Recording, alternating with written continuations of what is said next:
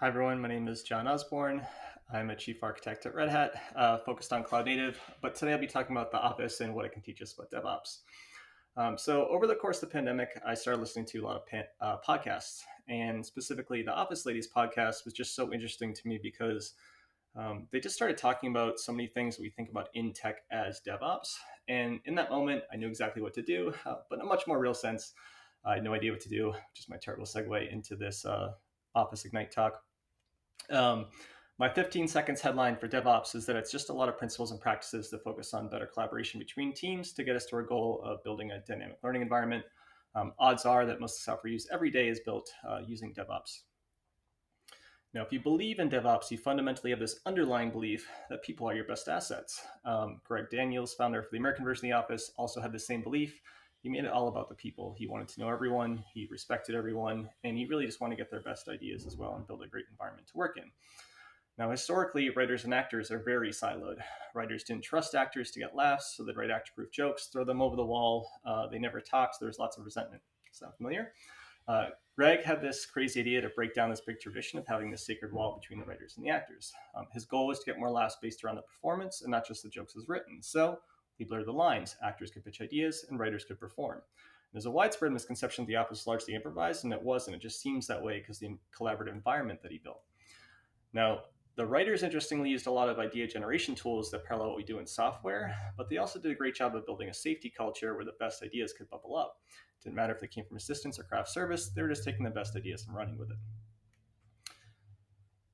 Now, because the writers were on set, instead of random improvs, they could go back and forth and figure out what the best idea might be. And that really gave us a lot of the best lines from the show. For instance, the line about the wine having an oaky afterbirth and Jim's look to camera that he gave afterwards. So, what was that? Or this one from Initiation, which made me laugh as well. And I just love the Rainn Wilson quote around it because he touched on something that's really important for safety culture. It's that nobody feels threatened where the idea is coming from. It doesn't matter what's supposed to be there. They're just taking the funniest, and as he later pointed out, that's not always the case. Many ideas came from the writer's own experiences. For instance, Jen Salato was reading a GPS manual that became Michael's car driving into the lake. Halstead Sullivan's childhood memories looking for the African-American version of Cabbage Patch Kids became Princess Unicorn episode. Writers playing Call of Duty became a thing. But what's unique to The Office is that since actors could pitch ideas, a lot of ideas came from their experiences too. And that gave us a lot of bits and episodes that wouldn't really exist without DevOps culture because, as Larry Wilmore pointed out, it was a communal writing process. Now, Jenna was an actual receptionist, and Angela worked at 1-800-DENTIST before The Office. So they pitched this woman in the workplace based around all the corporate trainings they had to do. And as Angela later wrote in her journal, a lot of shows don't let actors get involved. She wrote, "We're so lucky to be a show that really respected our ideas." The Office was also the first American comedy to depict Diwali. When Mindy Kaling pitched this episode to Greg, he said yes, but then also she had to confront the fact that she actually doesn't know much about Diwali, even though she's Indian American. And that really became a big part of the episode as well, and Mindy really loved that. A few other quick hits. Dwight being Amish came out of an ad lib. Snorkel shots from the booze cruise came from Angela's real life experience on a booze cruise. And Michael's perfect storm of procrastinating signing documents also came from Jenna's time as a receptionist.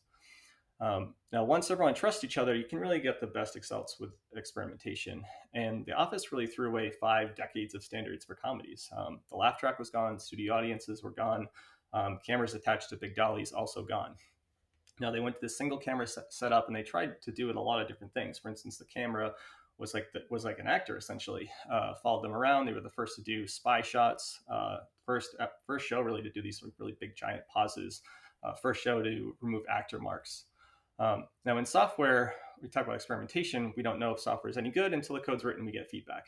Greg followed this approach with A/B testing. He brought in a lot of people to see which versions of which were better. Like the eye doctor, this or that. They did this episode with a proposal. They shot one without audio and one with. Now, tech was also a huge accelerator, just like in software. They were riding this digital wave. They were on MySpace. They had blogs. They really interacted with the fans, which ended up being huge for their core kind of young base.